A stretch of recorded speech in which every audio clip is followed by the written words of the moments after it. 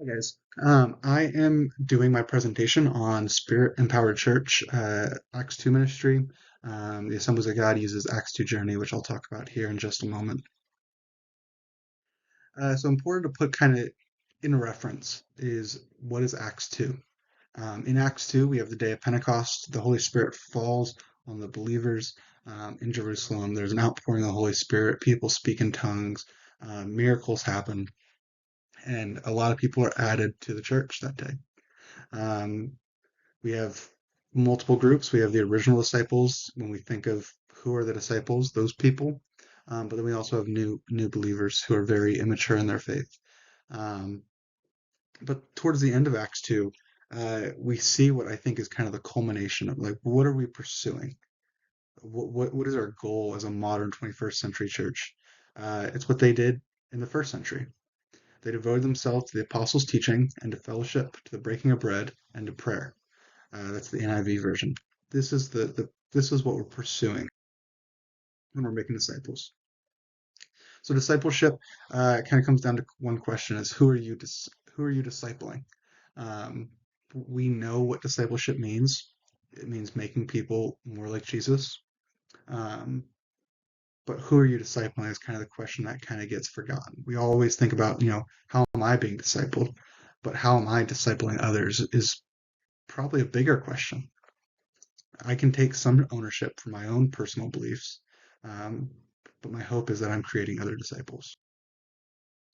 So, state of the union, so to speak. One, a lot of Christians are not involved in discipling anybody in their personal life. There's nobody, they might have people they are accountable to, but there is no one that they are saying, hey, I'm taking ownership of making sure this person becomes more like Jesus. There's a lot of people who don't have that kind of relationship in their life. A lot of young Christians are in desperate need of discipleship. And so there's not really people offering number one. And so we get number two, which is a lot of immature Christians who uh, maybe have been believers for 10 years, 20 years, 40 years, 50 years, and they're still on meat because they haven't been discipled adequately enough. Um, they don't have somebody checking their blind spots. And number three, there's a huge untapped pool of potential disciple makers in the pews. There are as many potential disciple makers as there are believers. And that kind of comes down to this thing called the priesthood of all believers. It's something that came out of the Reformation.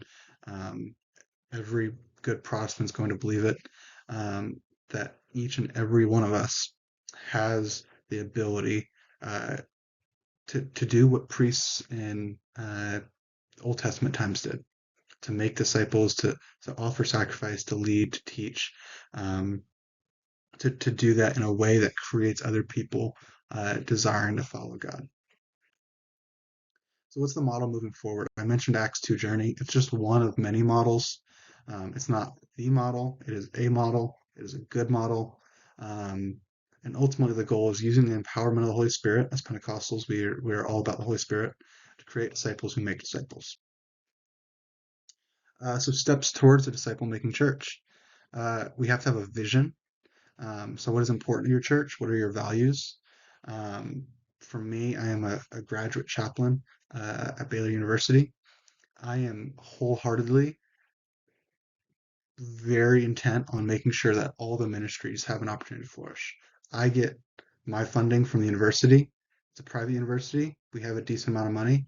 There's the graduate fellowship and InterVarsity graduate fellowship that is no money. One of my values is making sure that InterVarsity has a place. That's something that I'm very, very passionate about. I'm not going to step on their toes.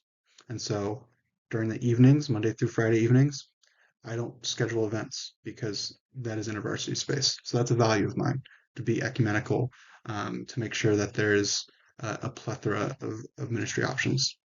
What ministries can you offer? What would you like to do? And then kind of goes back to Acts 2:42. What are the things that they did? Um, that's the vision that we're trying to cast. And then a commitment to growth. Numbers, growing in numbers, that'd be great. It's not required. There's a lot of churches who are numerically pretty similar to where they were 20 years ago. Um, but if we're adequately making disciples, that church is going to be more mature, definitely more mature than they were 20 years ago. The believers are going to be stronger. They're going to be more like Jesus. What does growth lead to?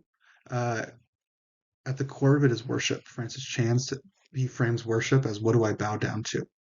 And so they connect, they serve, they go. If you are becoming disciples, if you're growing in discipling, you have a heart for local and international missions, both um, and yeah, you become more like Jesus in the sense of this is what I consistently bow down to. This is what I worship. Um, and when we do that, we can call ourselves disciples, and we are saying we are disciple making when we are teaching other people to bow down to Jesus more today than they were tomorrow. So that is my presentation on a spirit-filled church and how we create disciples who make disciples. Thank you.